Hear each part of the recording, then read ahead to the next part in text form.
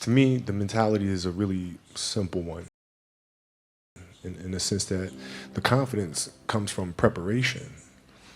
So when the game's on the line, I'm not asking myself to do something that I haven't done thousands of times before, right? So when I prepare, I know what I'm capable of doing, I know what I'm comfortable doing, and I know what I'm not comfortable doing. Right? And so in those moments, if it looks like I'm ice cold or not nervous, it's because I've done it thousands of times before. So what's one more time? Right? So that leads me to talk about a lot of this Kobe tour this year in Asia is we reiterate the Mamba mentality. Can you talk a little bit about what the Mamba mentality is? Because that's something that's been developing over, I don't want to say 20 years, it's been developing for 35 years, right? Since you were a little kid, that Mamba mentality. Because you didn't start working when you got to the NBA. You started working when you were at Lower Merion, when you were in Italy, when you were 5, when you were playing Nerf basketball, right? So talk about the development of the Mamba mentality, the pillars, the 5 pillars of this Mamba mentality, and then we'll kind of break it down. Well, I mean, overall, the idea is a very simple one, and the Mamba mentality simply means trying to be the best version of yourself. That's what the mentality means. It means every day, you're trying to become better. And it's a constant quest. It's an infinite quest.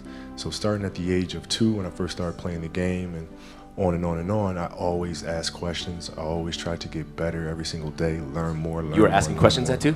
Oh, dude, I was asking questions all the time. I mean, you'd be surprised. Like some people, like my kids at 2 could do a lot of things. Mm-hmm. Right? At 2, I could dribble a basketball. I could shoot a basketball on the Nerf hoop at the house, and I would go to practice with my father. I would observe my father. I'd sit and watch games with him. And was he your first coach? Yeah, I mean, I guess you could say that. A lot of things I learned by being around the game. Mm-hmm. Right? So by the age of 6, I was already strategizing versus other 6-year-olds. The age of 6, I figured out 6-year-olds couldn't dribble with their left hand. And so I said, okay. A lot of 12-year-olds can't dribble with their left. Well, yeah, hand. would imagine 6. So when I was playing these 6-year-old kids, I would make them dribble with their left because I knew they couldn't. And so they dribble off their foot. I'd pick it up, lay it up. Do it again. Dribble off foot, pick it up, lay it up. So at 6 years old, I had 63 points. And and I remember my dad. So your 6-year-old self could beat your 38-year-old self because you only scored 60 in the last game. Yeah, no, but I can dribble with my left though, so that's a problem. But yeah, I mean, listen, I just constantly looked for things to learn from, and very observant. When you talk about this love, when does it develop? Did you like it when you were 5, or is this something that kind of gradually? I was 2. I was born, and I was born to play basketball. You know what I mean? And I played a lot of different sports, but nothing brought me the sense of peace and of escape, that the game of basketball did. Is it an escape when you get on the court? Is that your zen time, your solitude time? Yeah. Even though it's a teamwork game? Yeah, when I need that escape, it's there for me, right? When I need a friend, it's there for me. When I need to vent and don't dunk and the Mamba comes out. It's there, So the game is absolutely everything for me. Mm-hmm. When we talk about trying to get kids to be passionate, I don't think your situation is the norm. Not every kid knows their passion at 2 or 5, right? Mm-hmm. How do kids find that passion then? Well, right? I think as parents, you embraced it right away too. I mean, I think as parents, we try to put them in different things, try to expose them to as many things as possible, and then see if there's one thing that connects with them. Because if it does, you don't have to tell them to do it. Whether it's writing or painting or drawing. If they have that passion, you don't have to tell them. They'll go off and do it because it's just fun. They'd rather do that than anything else. So, but as parents, it's our job to just expose them to as many things as possible and see which one they gravitate to the most. It's interesting because you talk about kids, right? Originally we were talking about you. Now you're talking about your kids and their passions. Do you kind of feel that passion for them and say, hey, let's go play some basketball or volleyball or let's go swimming? Yeah, we expose them to all kinds of. I mean, they play a lot of different sports. They do a lot of things creatively, in writing and things like that, and designing, and you just sit back and you just watch which one they move to, and then it's our responsibility as parents to try to set them up for success as much as we possibly can. Do you want them to play basketball? I want them to find whatever it is that they're passionate about. Like whatever they feel like their purpose is, then that's what I want them to do. Do they love basketball though? Your girls? So my youngest one, she does. She wants to play, and she wants me to teach her how to play this summer. And you know, our eldest is really into volleyball. So but we'll see. You know, passions tend to change. So you're gonna get into volleyball now? Well, yeah. I mean, my sister was a great volleyball player, so we have a teacher in the family. Is there one moment where you can say it defined your passion for basketball? Is there a story or moment when you said, "Yeah, that was it. That was like when I felt really passionate"? No, it doesn't. It never leaves. It never leaves. Like the game is just a part of me. So it never leaves. Even now that I'm retired, everything that I've learned from the game of basketball, I've carried it over into life. Like basketball's helped me be a better person, a better friend, a better father.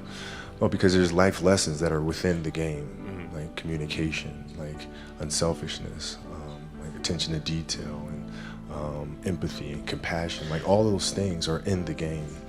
And as an athlete, if we are aware of those things, it helps us become better human beings. And you can apply that toward your post basketball days, your retirement, into your business world, your future ventures. Sure. I mean, you can apply. I was applying that even while I was playing, just in life outside of the game, and even more so now. In building a business and all these things. The kind of culture you want to have. All those things are directly learned from the game of basketball for me. Next up is the next pillar: be obsessive. Obsessive. That's I think a lot of people equate that with you. Kobe is obsessive in a lot of things. Yeah. We've been doing this for 8 years now, Asia tour. I've been with you for a long way. The one moment that stands out of we've done, I don't know how many we've done 800 events. The one time was 4 a.m. We went out to practice at 4 a.m. and that was your idea to do it. But then all these Nike people are like, no, let's not do that. And then you're like, let's do it at 4 a.m. So you got security, you got brand marketing, sports marketing going, no, let's not do it. You're like, let's do it because that's your obsessiveness, right? I mean, to me, it just makes complete sense. Not to us. But I don't like. Okay, so see, all right. Usually, I'm sleeping at 4 a.m. Yeah. You're working out. So talk about that. Okay, so if your job is to try to be the best basketball player you can be, right? To do that, you have to practice, you have to train, right? You want to train as much as you can, as often as you can. So if you get up at 10 in the morning, train at 11, right? 12, say 12, train at 12, train for 2 hours, 12 to 2. You have to let your body recover. So you eat, recover, whatever. You get back out, you train, start training again at 6. Train from 6 to 8, right? And now you go home, you shower, you eat dinner, you go to bed, you wake up, you do it again, right? Those are 2 sessions. Right, now imagine you wake up at 3, you train at 4, you go 4 to 6, come home, breakfast, relax, blah, blah, blah. Now you're back at it again, 9 to 11, right? You relax, and now all of a sudden you're back at it again, 2 to 4, and now you're back at it again, 7 to 9. Look how much more training I have done by simply starting at 4, right? And so now you do that, and as the years go on, the separation that you have with your competitors and your peers just grows larger and larger and larger and larger and larger. And by year 5 or 6, doesn't matter what kind of work they do in the summer, they're never going to catch up because they're 5 years behind. Right? So it makes sense to get up and start your day early because you can get more work in. Is that genetic? Or is that something you ingrained and trained yourself? No, it was Who just, taught you that? For me, it was just common sense. Like I can if I start earlier, I can train more hours, and I know the other guys aren't doing it because I know what their training schedule is, right? So I know if I do this consistently over time, the gap's just going to widen and widen and widen and widen and widen, and they won't be able to get that back. So to me, it was just common sense and like thinking, how can I get an advantage? Oh, start earlier.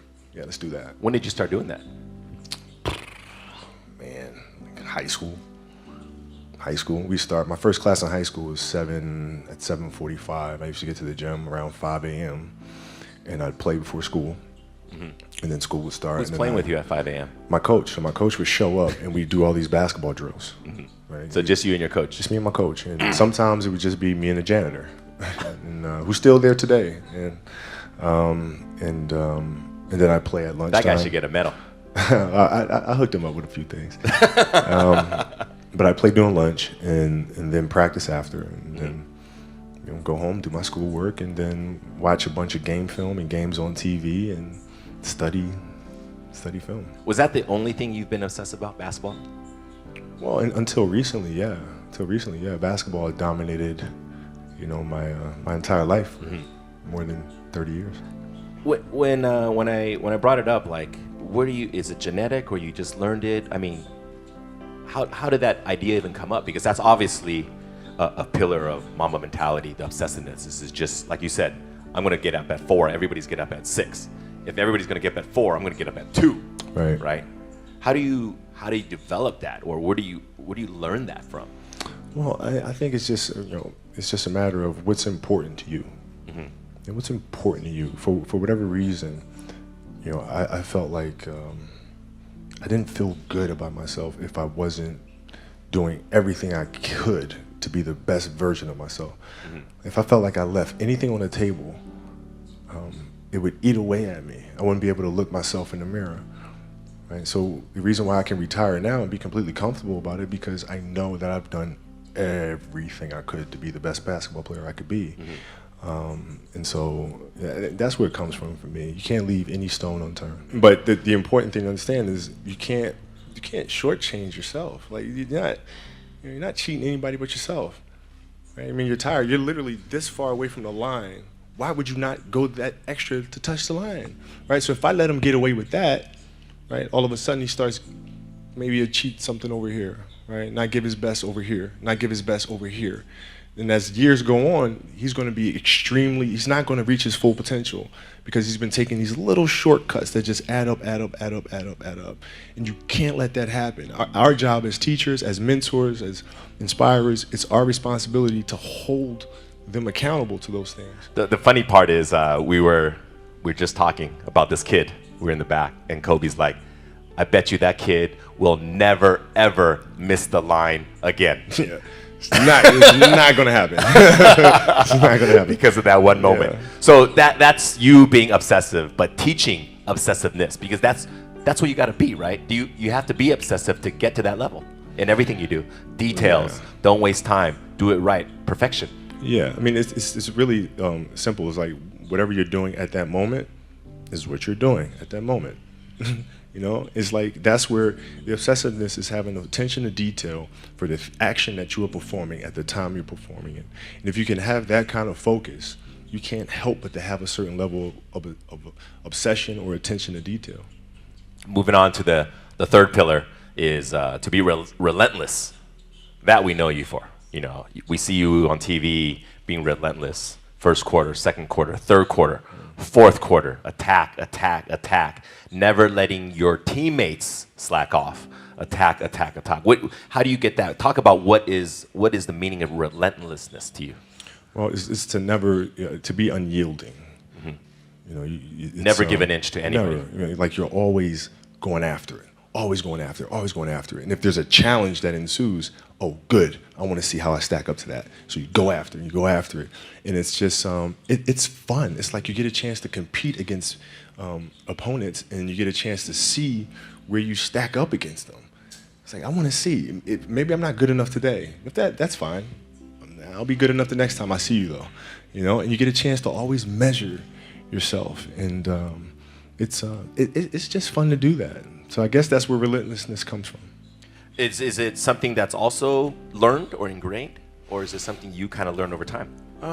Because these things that we talk about in the Mamba mentality, for you, it's second nature. It's not for a lot of people, right? A lot of it is trained or it's not God-given. I had to learn it as well, though, because I had a year of playing. Like when I played basketball in Italy, I was taller than everybody else and faster, like the age of 11. And I came back to America to play basketball, and it was not the same thing because kids were bigger, stronger. And so I went through a summer of playing basketball in America where I didn't score 1 point. It was one league, I didn't score 1 point, and it was devastating. But I had to, I'm not giving up. It's not going to happen. So you bounce back and you keep playing, you keep practicing. But I mean, it wasn't handed to me. You didn't score 1 point? Not one. I mean, not even a free throw. And you were 0. You were how old? 11. 11. Were you playing against 25-year-olds? No, I was playing against 11-year-olds. No, I was playing against 11-year-olds. That's hard to believe. Wow. I know, but I was playing against 11-year-olds and I didn't score 1 point. And then was that did it hurt you? Were you? Well, yeah, it was very embarrassing because my father was a Philadelphia basketball legend. Mm-hmm. My uncle was a Philadelphia basketball legend, and now here I am, this kid with like these really big knee pads, and I'm walking around and I can't score anything. So it was like really embarrassing. That drove you? Of course it did. Of course it did. And I vowed to be much, much better. So you live for those moments where you're embarrassed, when you're down, people kick you, don't let you score. Those are the moments that drive you. Well, I mean, those are the moments that occur, right? So whatever moments occur, good, bad, or indifferent, I can use those moments to propel me forward, use those as fuel to help me be a better player. Is there a moment in your NBA career where you felt like you didn't hit that mark and that was a huge transition for you? Yeah, I always felt like I missed marks in the league. What were some of the down moments for you in basketball? Well, losing to the Celtics in the finals in 2008, I mean, that was tough. And that hurt me too. Yeah, I mean, it was brutal. And I remember at night in the hotel room after we lost, just thinking to myself, I may never win another championship. Like, I might have just, like, this is it. It's too hard to get back here. Maybe it's not in the cards to win another one. And so I go through that night of being mad. And then the next morning I wake up and I start thinking, nah, I gotta fix this. So where did it go wrong? Why did we lose? Right? We weren't tough enough. Okay, we weren't tough enough. Whose responsibility is that to make the team tough? It's mine. All right, so now I have to start figuring out how I'm gonna lead this team differently so to make sure that when we get to the finals the next time, we are tough and ready for this challenge. And that's how you bounce back from those moments. That was 2008. 2008. Right? 2008 against the Celtics, and I mean, all of Laker Nation was hurt especially because it was against the Celtics. Right? It was painful. Celtics. You can't lose. Celtics, come on. God. Celtics? Well, yeah. Because also that was their like 17th, right? Yeah. For their organization, and the We Lakers. don't talk about that. Yeah. And then you bounced back the next year against Orlando. Orlando, Right? beat Orlando, then got our revenge against the Celtics in 2010. Did beating the Celtics feel better than beating Orlando? Oh yeah. Oh yeah. Yes, yeah, oh yeah. I mean, I grew up such a Lakers fan, and so like the Lakers and Celtics rivalry, just hate 'em. and everything. Yeah, Oh, like you hate them. we can't. There's just no way I can be on a Lakers team that loses to the Celtics twice. No.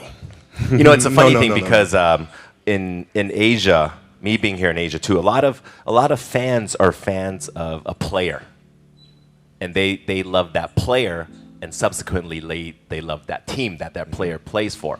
But growing up in the States, if you grew up in Philly, you were a Sixers fan, Right. and then if you grew up in LA, you were a Lakers fan. Right. You were also a Dodgers fan, and at the time you were a Rams fan. You affiliated with your city, Right. and then the city that you hated was your arch enemy. So Right. if you're a Laker fan, you just hate the Celtics, and you hate every team Yeah. every team that loses them. You root for every team against the Celtics. No question. Yeah. The Yeah. enemy of my enemy is my friend. Yeah. You just want to see them do bad. Yeah, just do bad. And then if you were a Dodger fan, you just want to see the Giants lose, right? Right. So Right. It's not necessarily good karma, but yeah, it's not. But when you lost to the Celtics and you beat them again, that moment, that's relentless because you coming back, and you had to come back and beat them on their court. Can't give up. And then was that a big moment for you beating the Celtics? It was huge, because I've seen us as a team grow so much from 2008. Powell, Lamar, all our guys, like how much we have grown since the last time we faced this team, and I couldn't be any more proud of them. It wasn't even about me. It was about sitting back and watching us as a group, and we just accomplished this amazing thing, and now we can all enjoy it together. So, moving on to the next pillar is to be resilient. I remember this time last year you came and we did a premiere for a movie you did, Muse, and a big part of that movie was talking about your injury and coming back to be resilient. Take us back to that day against Phoenix, right? When you injured your Achilles. It's Golden State. Oh, it's Yeah, Golden it was hard, man, because the Achilles injury is the worst injury for an athlete. It's like the worst. It's like the kiss of death. And when I ruptured my Achilles, I knew what happened. I knew the severity of the injury, and I didn't know if I was going to come back from it. Yeah, in the locker room, you were crying. Yeah, I mean, I didn't, like, this is it. Like, my career could be over right now. So How do you get back from that? Because, you know, when you talk about injuries, you know, people sprain their ankles, dislocate your fingers, but Achilles, Yeah. People don't come back from that. Well, athletes don't come back from that to the level they were before. Yeah. How do you get that resilience? How do you fight that? Well, what I did is, I went home and I was just really angry. And Angry? I was angry. I was mad. I was angry. I worked so hard for us to get to the playoffs and to have a chance to win another championship, and then this happened. So I had a lot of anger. And then from the anger, then I was sad. And then you start feeling bad for yourself. And then you say, all right, okay, I'm done being a baby. Okay, what am I going to do now? Because I can't sit here and give up. That's not an option. So now what? How long was the cycle from this anger? This is one night. One night. This is one night. It's one night. It was Because like, you started writing in the middle of the night, right? You wrote that. You wrote that. Then it was okay. What are we going to do? So it was one night. But then then you start. It's a process. You look at process. Mm-hmm. What am I going to do? What can I control? Surgery. We'll do the surgery. Come out of the surgery. Recover. From there, physical therapy. Okay, physical therapy. Piece by piece by piece by piece by piece. Start running. Back on the court. And so I broke things down into sections and said, okay, I'm going to focus on resting right now. This is it. I'm going to focus on moving my toes and then walking. And then, so you look at every challenge at every step. And that's how you're able to be resilient and come back from these things. Because, for your field in sports, injuries often happen, right? Mm-hmm. And to come back. But for most everyday people, it's something that they can't fathom because they don't have that type of resistance that they have to face, right? So how do they come back from it? Because sometimes people fail in their fields and their jobs or at school, young kids, you don't have a good test score, you don't make the basketball team, or they have these disappointments. What is your advice to young kids to face this adversity? How do you persevere? Well, because you have that chemical makeup to fight through it. Yeah. Not all kids do. But every kid, every person has the ability to put one foot in front of the other. One step at a time. Right? So like if you're saying, okay, I'm going to climb Mount Everest, you're at the bottom of the mountain and you look up and you're going, I'm not going to climb Mount Everest, right? But if you break it down into sections and you just one foot in front of the other, one step at a time, next thing you know, you're at the top of the mountain. So the map, the plan is to set short-term goals. Yeah. And to get there, A to B, B to C, C to D. Coming back from my Achilles, I came back from the Achilles, and I was fine. And then the next year, I fractured my knee. Mm-hmm. Right? It's like, oh, here we go again. Come back from that next year, tear my shoulder. Here we go again. Right? But if I looked at those things in totality, it'd be depressing. But if I look at it as just the facts, this is it happened. Can't do anything about it. It happened. Now what are you gonna do? One step at a time. Achilles, knee, shoulder, any step of the way you said, screw it, forget it, done, no more. No. Never. No. Well, no. Why? Right? Because as time goes on, I'm sitting there, 70, 80 years old, and I'm going to be wondering if I could have come back from this injury. Mm-hmm. I don't want to wonder. I want to find out. We got to get to that 60-point game. I want to see, man. We got to get to that game. Yeah. If the critics are out there saying he's done, he'll never come back. Well, maybe you're right. Maybe you're not. But let's find out. We got to get there. We got to get there. Last one, to be fearless. That's something that I think every young adult, young kids, they face their fears, right? Mm-hmm. What does that mean to be fearless? Why is that such an important part of the Mamba mentality? Well, man, because I think the greatest fear that we face is ourselves.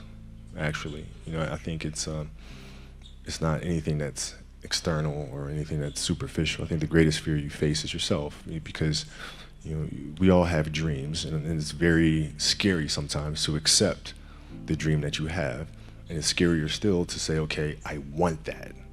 It's scary. because you're afraid that if you put your heart and soul into it and you fail, then how are you going to feel about yourself, right? So being fearless means putting yourself out there and going for it, no matter what. Go for it, not for anybody else, but for yourself. When you got to the league, you were 18. Did you have any fears before getting there, or when you got there right away? Yeah, I mean, I had fears that everybody was going to be right. I made a poor choice, poor decision. Jump from And high I school wasn't- to the NBA. and I wasn't going to amount to anything. So that was always in the back of my mind, for sure. And then, so out of these 5 pillars, which one do you think comes first? Being passionate, being fearless, relentless, resilient, or they just come together all? No, this funny thing is, like, we created these separate pillars, but the reality is it's all one thing, because it all comes from within. It all comes from within us. We all experience these things at different stages and different points, different times. The key, I feel, is just to be aware of those moments as they occur. Right? You're aware of a certain fear or a certain obstacle or challenge, right? You're just aware of those things, and then from there you can navigate through them. But I look at them all as one connecting thing. Because I think being fearless, this last one sticks out in my mind a lot because, being in Asia, Asian kids, a lot of times they're a little bit more boxed in thought, in mentality, as opposed to Western kids. Western kids, a lot of the family, the environment, ever since a young age in school, it's preaching independence. Speak your thoughts, be creative, independent. A lot of that. It's also reiterated by teachers, principals, mothers and fathers, and aunts and uncles and coaches, is to bring name to yourself and to be independent, to be out there and go on your own. But in Asia, a lot of the cultures, whether it's Chinese, Japanese, Korean, it's don't go out there and do crazy things. Don't go out of your comfort zone. Make your family proud. Don't bring other people attention. Just do your thing, do it well, but don't bring attention. And I think a lot of kids are fearful of going out of this box, right? Is there advice for these kids? Because a lot of times it's a cultural difference. Sure. Right? How do they put themselves out there when? I think, listen, it's very simple. You have to dance beautifully in the box that you are comfortable dancing in, right? So, like, everybody's box is different. My box was to be extremely ambitious within the sport of basketball. Your box is different than mine, right? Every kid here has their own box, but it doesn't mean that your box isn't as beautiful as mine, right? Everybody has their own. It's your job to try to perfect it and make it as beautiful of a canvas as you can make it. And if you have done that, then you have lived a successful life. You have lived with Mamba mentality, right? So it doesn't mean you have to go out here and do all of these crazy things. I'll have to be like this person or that person. No, what are you comfortable being? What is it that you want to do with your life? And once you have that, then you try to live it to the best of your ability. So, growing up in Italy and then moving on to Philadelphia and then to LA, obviously you talk about this box, right? So is that box constantly changing? Are you trying to get out of your comfort zone even when you were, first year in the NBA and then 10th year in the NBA and then even this year? Does that box, this metaphorical box you talk about, does that change? No, I never looked at it as like I'm just going to, try something completely crazy or like just go out of my box sort of thing. I just looked at it as I want to be one of the best basketball players who have ever played. That's the end goal.